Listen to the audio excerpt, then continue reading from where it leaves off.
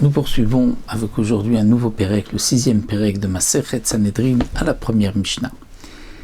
La Mishnah poursuit Nigmar Hadin une fois que le jugement a été terminé et que cet homme a été accusé.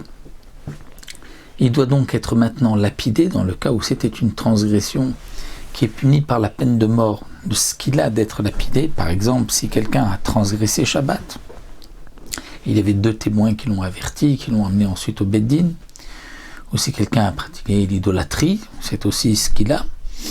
La Mishnah nous expliquera par la suite les 4 mitot Beddin qu'il y avait, ce qu'il a lorsqu'on lapidait quelqu'un, lorsqu'on brûlait, srefa, hereg, on le décapitait, vachenek, on l'étranglait.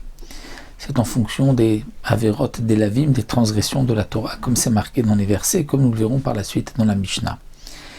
La Mishnah nous dit ici, donc si c'est quelqu'un qu'on doit lapider, Nigmar Hadin, on a terminé son din, il a été accusé, alors Motzi Moto le Saklo, on va le sortir pour le lapider.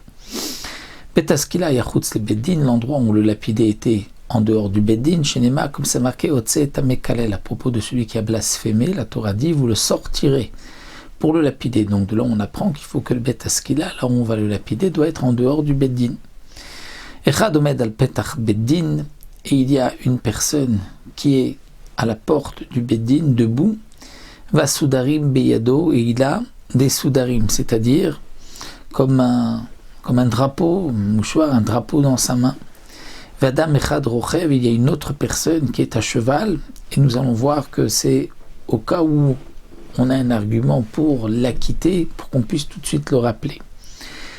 Asus Rachok Mimenu Kedeshi Ereo, et le cheval est loin du premier afin qu'il puisse le voir, c'est-à-dire on ne s'éloigne pas trop, il faut que celui qui est le cavalier puisse se tourner et voir à la porte du Beddin si on n'a pas levé le drapeau qui est le signe de revenir. Et donc dans le cas, nous dit la Mishnah, Omer Echad Yeshti Lamed Alav Zchut, s'il y a une personne qui dit j'ai un argument pour l'acquitter, alors tout de suite, Allah Meniv Besoudarim, celui qui est à la porte du Beddin va lever le drapeau, va lever les foulards, le drap, va sous Ratsuma Mido, et le cheval va tout de suite courir, puisqu'il est donc à distance, il voit la personne allant à la porte du Beddin, il va tout de suite se dépêcher de courir pour rattraper. Donc les Shluché Beddin, le bourreau, les envoyés du Beddin qui vont lapider la personne. Donc tout de suite, on va l'arrêter afin de voir effectivement si ce qui a été rapporté donc au Beddin c'est un argument pour l'acquitter. Va filou omer chez la Medalatz Misrout, et la Mishnah dit même si lui-même l'accusé qui va donc pour être lapidé au milieu dit j'ai un argument qui me vient, je suis sûr que je peux être acquitté par cela, alors Marziri Moto, on va le ramener à filou arba'a vechamisham permis, même si cela doit se reproduire 4 ou 5 fois. On le ramène, et même plus, nous disent les Mefarshim. Au bilvad chez Mamash Pitvarav, mais à condition que, lorsqu'on l'écoute, on voit qu'il y a un argument valable. Donc quelqu'un qui a dit, donc qui est accusé, et qui dit j'ai un argument valable pour m'acquitter, donc on l'écoute, on voit qu'il y a un argument, on le ramène au Beddin, même si ensuite le Beddin va tout de suite dire non, ça n'a pas de sens, et qu'on le renvoie, si encore une fois, il dit j'ai un argument, on le ramène encore une fois. Donc on craint que peut-être par la peur, il n'a pas toujours les mots adéquats, donc c'est pour cela que on le ramène à chaque fois. Si Matsulosrut, si effectivement le Beddin a trouvé qu'il y avait une raison de la quitter, Patarou, on va la quitter. Veim l'avait sinon, Yotzel Isakel. Il va donc être lapidé. On le sort, on va le lapider.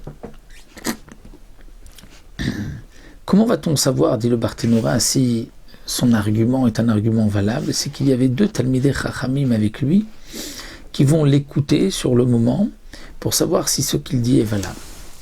Ensuite, la Mishnah continue vers Charoz Yotzel Efanav, lorsque quelqu'un donc va être lapidé, on va proclamer devant lui, Charoz, donc un homme qui va proclamer, qui va dire Ish Ploni Ben Ploni, un tel, fils d'un tel, Yotzel Isakel. On le sort maintenant pour le lapider. Pourquoi? Al-Shavar Avera Plonit, parce qu'il a transgressé telle faute. Ou Ploni Edav, et un tel étaient ses témoins. Et Kol Mishioda l'osrout yavou lamed alav. Et donc on proclame, on dit, tout celui qui a un argument qui pourrait l'acquitter, qu'il vienne et qui donne ce srout qui pourrait donc le ramener et le garder en vie. Pourquoi donc doit-on préciser aussi qui sont les témoins, nous dit le Barthénora. Donc on va dire quel jour et quelle heure et quel endroit et qui sont les témoins, afin que si il y a d'autres personnes qui disent mais ces deux-là étaient avec nous ailleurs le même jour, ils pourront donc les rendre zomimim. C'est pour cela toutes ces précisions.